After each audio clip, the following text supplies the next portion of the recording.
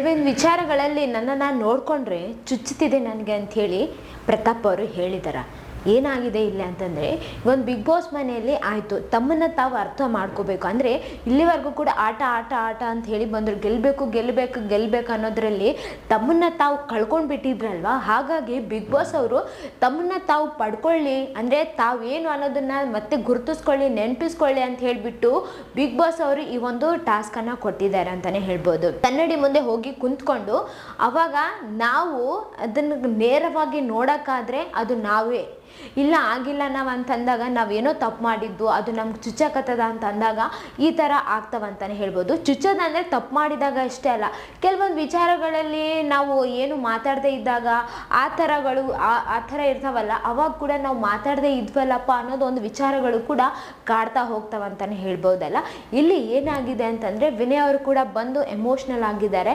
ಆಮೇಲೆ ಪ್ರತಾಪ್ ಅವರು ಇದ್ದಾರಲ್ವ, ಪ್ರತಾಪ್ ಅವರು ಆ ಒಂದು ಕನ್ನಡಿ ಮುಂದೆ ಕುಂತು ತಮ್ಮನ್ನು ತಾವು ನೋಡ್ಕೊಳ್ತಿದ್ರಲ್ವ, ತಮ್ಮನ್ನು ತಾವು ಪಡ್ಕೊಳ್ಳೋ ಇದರಲ್ಲಿ ತಮಗೆ ಏನು ಅನ್ನಿಸ್ತಿದೆ ಅಂತಂದರೆ, ನಾನು ನೋಡಿಕೊಂಡ್ರೆ ನನಗೆ ಕೆಲವೊಂದು ವಿಚಾರಗಳಲ್ಲಿ ಚುಚ್ಚುತ್ತಿದೆ ಅಂತ ಹೇಳಿದ್ರು ಅವರು.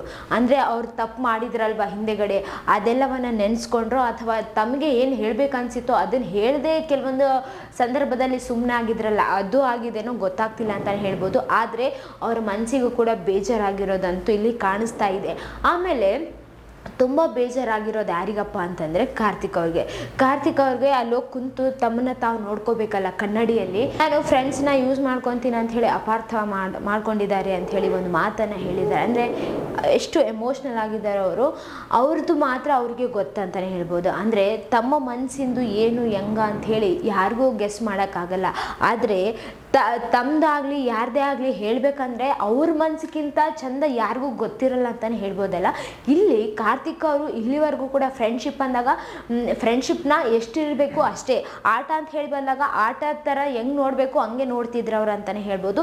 ಇಲ್ಲಿವರೆಗೂ ಕೂಡ ಅವರು ಈ ಒಂದು ಮಾತನ್ನು ಹೇಳ್ಕೊತಾನೆ ಬಂದಿದ್ದಾರೆ. ಅವ್ರು ಅವಾಗ ಈ ಒಂದು ಮಾತನ್ನು ಚೇಂಜ್ ಮಾಡ್ಕೊತ ಬಂದಿದ್ದಿದ್ರೆ ಇವತ್ತು ಅದು ಫೇಕ್ ಅಂತ ಆಗ್ತಿತ್ತು. ಆದರೆ ಅವರು ಯಾವತ್ತ ಒಂದು ಮಾತನ್ನು ಹೇಳಿದ್ರು, ನೀವು ಫ್ರೆಂಡ್ಸ್ನ ಯೂಸ್ ಮಾಡ್ಕೊತೀರ, ಫ್ರೆಂಡ್ಶಿಪ್ನ ಯೂಸ್ ಮಾಡ್ಕೊತೀರ ಅಂತ, ಅವತ್ತಿಂದ ಕೂಡ ಅವ್ರು ಇದೇ ಒಂದು ಮಾತನ್ನೇ ಹೇಳ್ತಿದ್ದಾರೆ. ಆಟ ಅಂತ ಹೇಳಿ ಬಂದಾಗ ಫ್ರೆಂಡೇ ಬೇರೆ, ಆಟನೇ ಬೇರೆ.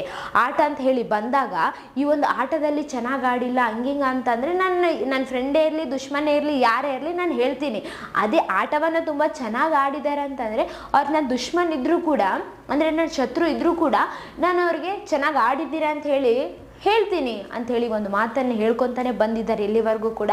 ಅವರಂತರೂ ಫೇಕ್ ಇಲ್ಲ ಅಂತ ಅನ್ನಿಸ್ತಾ ಇದೆ ಅಂತಲೇ ಹೇಳ್ಬೋದು.